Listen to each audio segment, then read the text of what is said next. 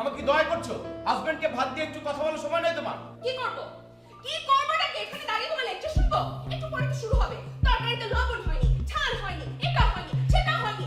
তোমার এসব লেকচার শুনতে আমি আর পারবো না। আমি জাস্ট বিরক্ত তোমার উপর। আমার জীবনটা অতিষ্ঠ হয়ে গেছে। আমি আর এসব শুনতে পারবো না। আর তোর তরকারি ভালো না লাগলে বলে ভালো হয়েছে? তোর প্রশংসা করব? মিথ্যা প্রশংসা? কি এমন জরুরি কাজ যে খাবারটা দেওয়ার সময় হয় না? এই তো যা ভেবেছিলাম তাই। বিরক্ত তো হবে। আসল কথা তো সেইখানেই। হাজবেন্ড খেতে বসেছে, তার সঙ্গে দুটো কথা বলার সময় তো তোমার নেই, কারণ তোমাকে চ্যাটিং করতে হবে। তুই কি এমন চ্যাটিং করো? কার সঙ্গে চ্যাটিং করো? কি এমন ইম্পর্টেন্ট ব্যক্তি যার সঙ্গে তোমার হাজবেন্ডের সাথে খাবার রেখে এসে তোমাকে চ্যাটিং করতে হবে? দেখো, দেখাও আমাকে, দেখাও। পারলে সাহস থাকলে আমাকে পাসওয়ার্ডটা খুলে দেখাও। আমি দেখতে চাই তুমি কি এমন চ্যাটিং করো। তুমি একটা ছোট লোক। তুমি এখানে কেন আসছো? হ্যাঁ, তুমি দেখতে আসছো আমি কার সাথে চ্যাট করি?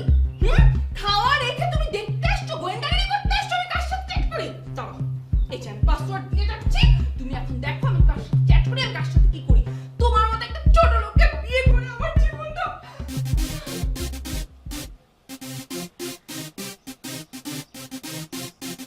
কই, তেমন কিছু তো রাখোনি। আমি যে দেখবো সব তো ডিলিট করে দিয়েছো, যাতে কোনো প্রমাণ না থাকে। কই, কিছু তো পেলাম না। হ্যাঁ, কি ভালো মানুষই সাজার জন্য আমাকে পাসওয়ার্ড দিয়েছো না? মনে করছো আমি কিছু বুঝি না? সব ডিলিট করে দিয়ে তারপর আমাকে দিয়েছো। কই, কিছুই তো নেই। ভদ্র সাজছ? হ্যাঁ, আমার চেহারা দেখে কি তোমার বোকা মানুষ মনে হচ্ছে? মনে হচ্ছে আমি কিছু বুঝি না, না?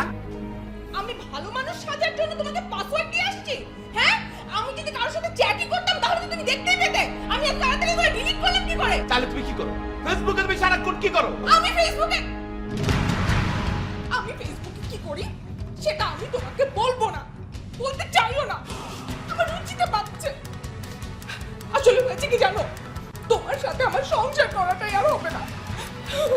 এই কথাটা আমি বলতে চাচ্ছিলাম, আমার মুখের কথাটা তুমি বলে দিয়েছো। Thank you. তুমি ছি। ছি ছি, তোমাকে ছি। তোমাকে 2 বার ছি, তোমাকে 5 বার ছি। তোমাকে 10 বার ছি, 15 বার, 20 বার, 25 বার।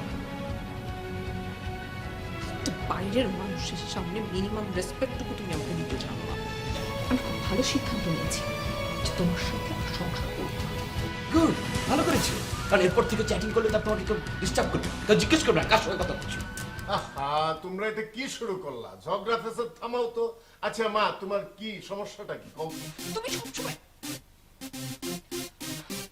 আমি বলছি আমি বলছি, সে আমার প্রতি কোনো কেয়ারই করে না, সারাক্ষণ ইন্টারনেটে পড়ে থাকে, সারাক্ষণ চ্যাটিং করে।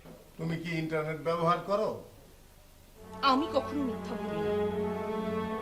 আমি বলছি হ্যাঁ, আমি ইন্টারনেট ব্যবহার করি। থ্যাঙ্কস, অন্তত উকিল সাহেবের কাছে শেষ বেলায় সত্য কথাটা বলার জন্য। কেন?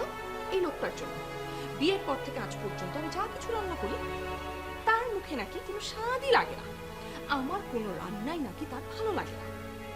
তাই আমি ইন্টারনেটে সার্চ করি, নতুন নতুন রেসিপি বের করি এবং এই লোকটাকে রান্না করে খাই। কিন্তু না, যেহেতু তার ভালো লাগে না, আমাকে তার ভালো লাগে না, দরকার নেই, আমি এই লোকের সাথে সংসার করবো না। আপনি ওদের ডিভোর্স করিয়ে দেন। তুমি ইন্টারনেট সার্চ কইরা রেসিপি খুঁজে পাইবা, স্বাদ খুঁজে পাইবা না। স্বাদ খুঁজে পাইতে হইলে আমার কাছে আছে প্রাণ গুঁড়া মশলা, ঝগড়া বন্ধ মাশাআল্লাহ। এই মশলা বাড়িতে নিয়ে যাও, 3 মাসের মধ্যে যদি শান্তি ফিরে না আসে তাহলে আমি নিজে তালাক দেব।